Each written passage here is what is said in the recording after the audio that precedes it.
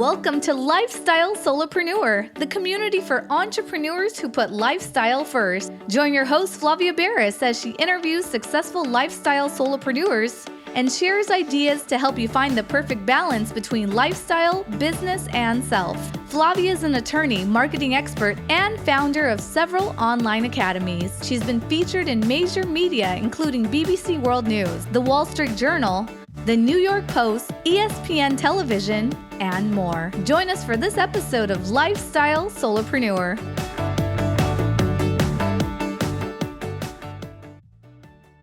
Hey, Lifestyle Solopreneurs. Today we get to speak with Karen Grosz. She is known as the Monday Videos Lady for her energetic welcome to the week.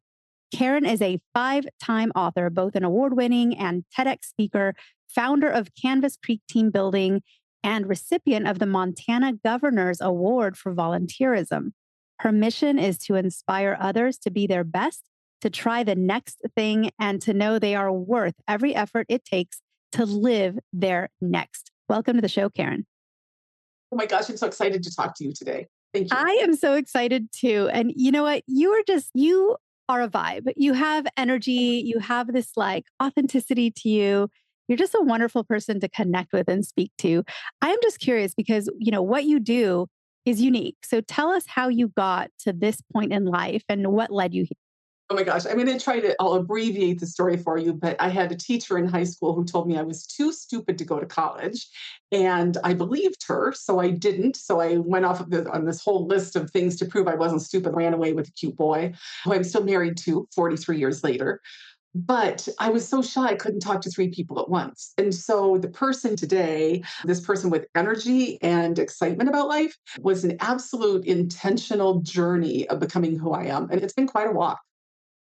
Tell us a little bit about that journey then, because today, clearly, you're talking to more than 3 people at a time on many occasions. You're like leading teams. So tell us a little bit about what it is that you do today and how you were led there. Yeah. So I wanted to always do the next hardest thing. And I don't think I wanted to do that at first. It was my husband and the people around me who said, you can be more and you can do more. And so I kept challenging myself to do the next hardest thing, learn to speak in public.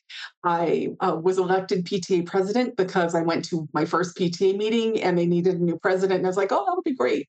And my father-in-law said, that'll be terrible. You have to speak in front of people.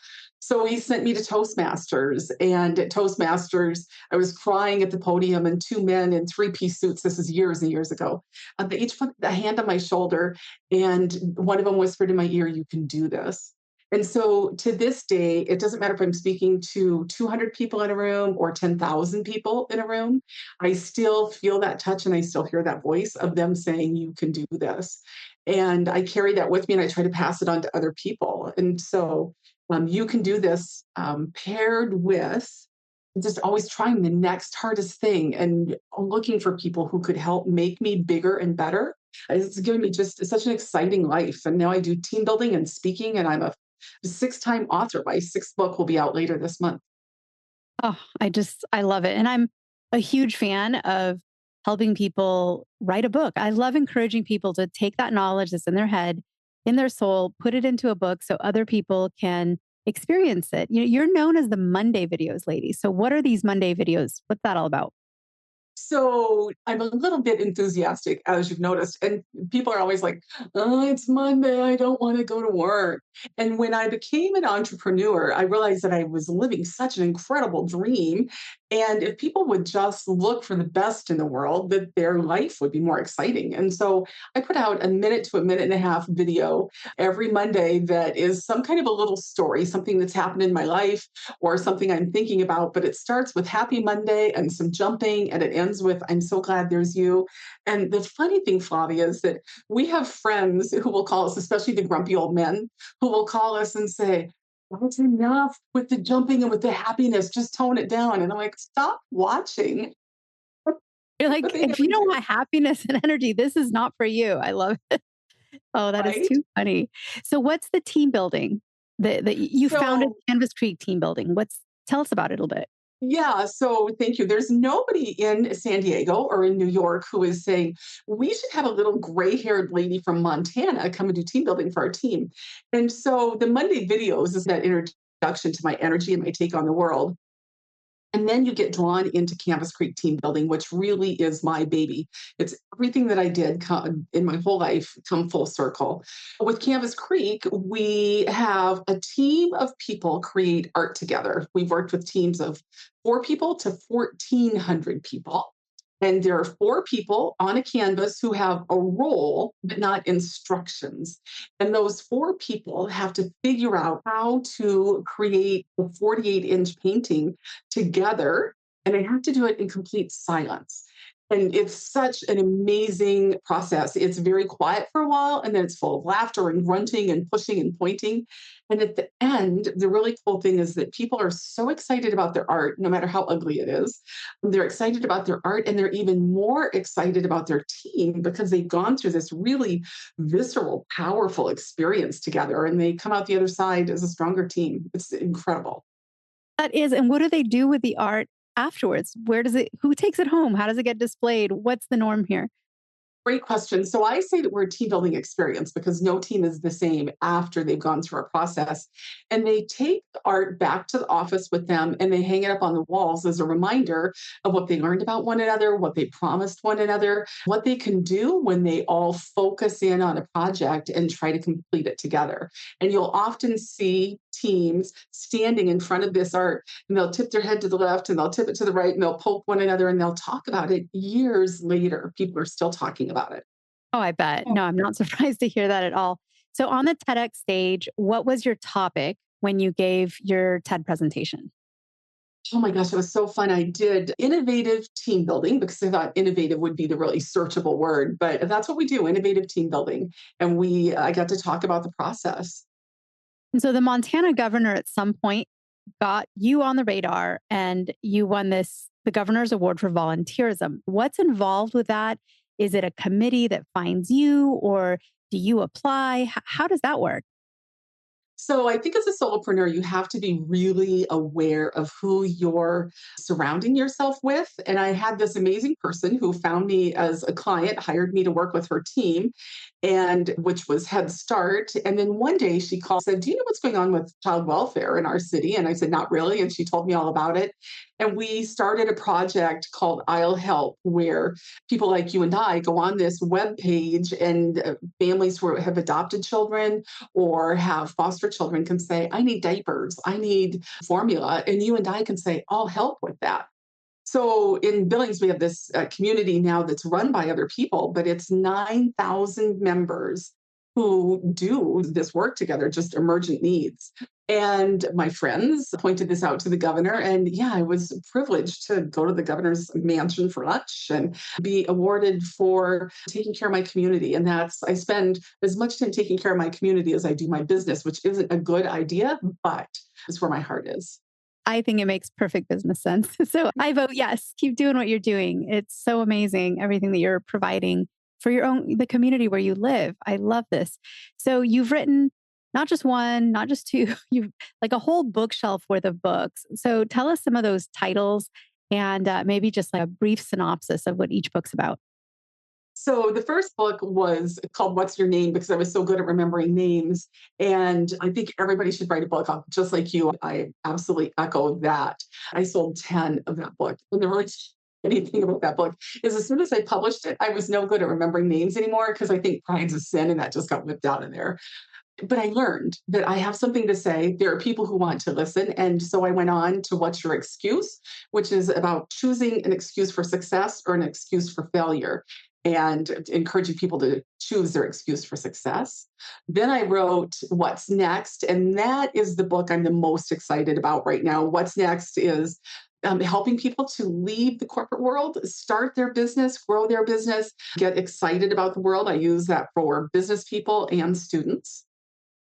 Then I wrote a book called Seasoned, which is about my husband who hits bears in the nose, but it was Jesus who took him out. He died and came back to life while hanging a crucifix. So that's a great story.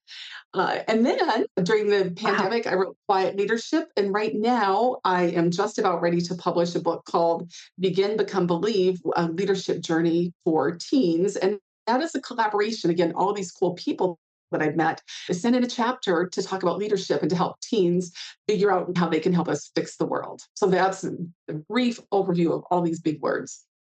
That is, congratulations. You're a prolific author and just great books, really great books. So, again, anyone's wanting to pick up any of these titles, where can they go? Is it Amazon or where else? Maybe your website. Yes. Yeah, Amazon is great, or go to canvascreekteams.com. Everything is listed there. Amazon's the easiest. And so let's next talk about next. And I know it sounds very repetitive, but tell us about next, what that's about. When my daughter was getting ready to graduate from high school, I had one daughter and I was very focused on her. I had a couple businesses, but I was super focused on her. And I thought, my whole world is going to collapse. What will I do? Who will I be after this? And we bought a little piece of land in Alaska and we were going to build a cabin on it. And I realized at that point that you always have to have that next to focus on.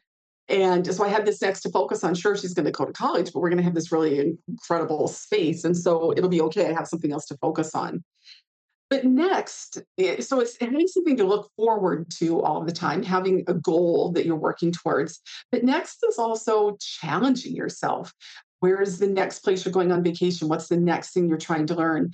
Do you want to stay in the job you're in, or is it time for you to go on to your next? So, next gets to mean a lot of things, but mostly it is what is next for you? Don't sit on the couch and watch TV and think about somebody else living their dreams. Get out there and live your dream. What's next for you? I just love that because that sort of forward thinking and having those goals and dreams and things that excite you and things to live for, even when any of us are in a slump, focusing on what is next and getting excited about it. Is there no better way, right? That's the best way to move forward and to get your enthusiasm for life back. I love it. There's books like there. It's funny because there's also the book, right? The Power of Now, which is everyone just stop and think about the moment you're in because people don't do that enough.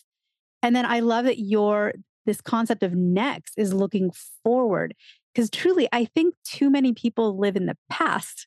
And so getting out of the past and like thinking of the future and also being conscious of the now, these are all so powerful. And I love that so how do you incorporate that into what you're doing? So is this just going to be a book? Or is this a movement? Tell us what is next for next.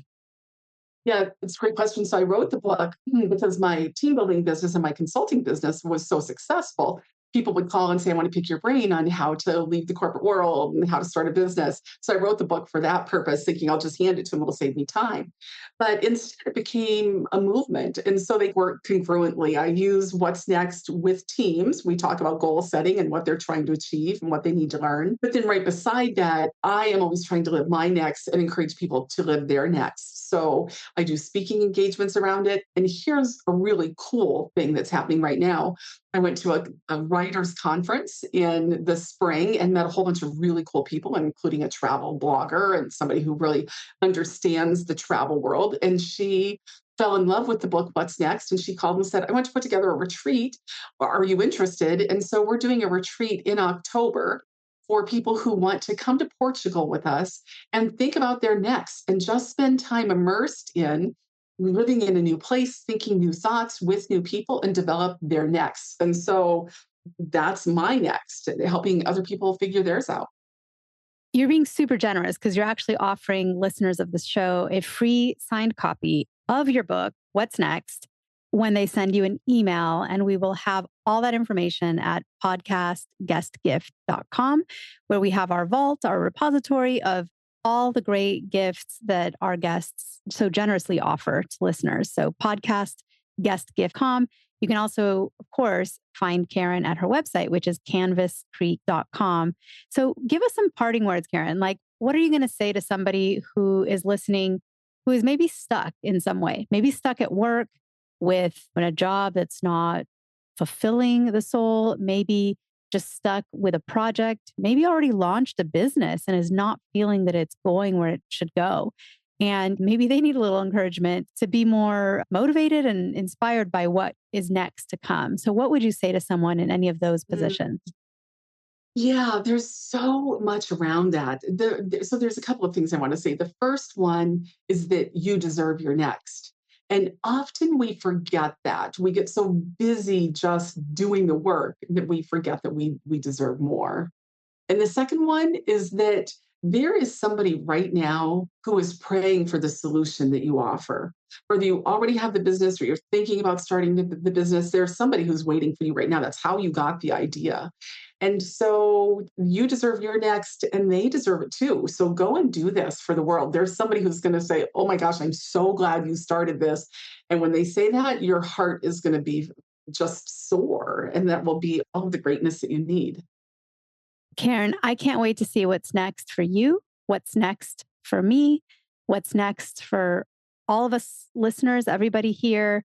And with that, I just wanted to say thank you so much for sharing what you are with us, everything that you offer in your books and your coaching. We can find you on the TEDx Speaker reels. Like, you're amazing. Thank you for all that you do and for spending your time with us today. Thank you. I appreciate you so much. And your style is wonderful. Hey everyone, thank you so much for joining us, and I hope you enjoyed the show. Don't forget to subscribe to this podcast, and if you leave a review on iTunes, I promise I will read every single review. If you know someone who makes a full-time living from part-time work, and maybe this is you, please visit lifestylesolopreneur.com to nominate a guest or to nominate yourself. Because remember this, money doesn't buy happiness. But money in the hands of a happy person, there is no greater tool. Today's episode was brought to you by the Get Shift Done program. It's a lifestyle-changing online class to help you define your business and lifestyle ambitions and to set goals in a way you've never experienced before. This class will 10x your daily productivity with methods that will blow your mind. And if you use the coupon code podcast, the class tuition is 99% off. Visit GetShiftDone.com to enroll today.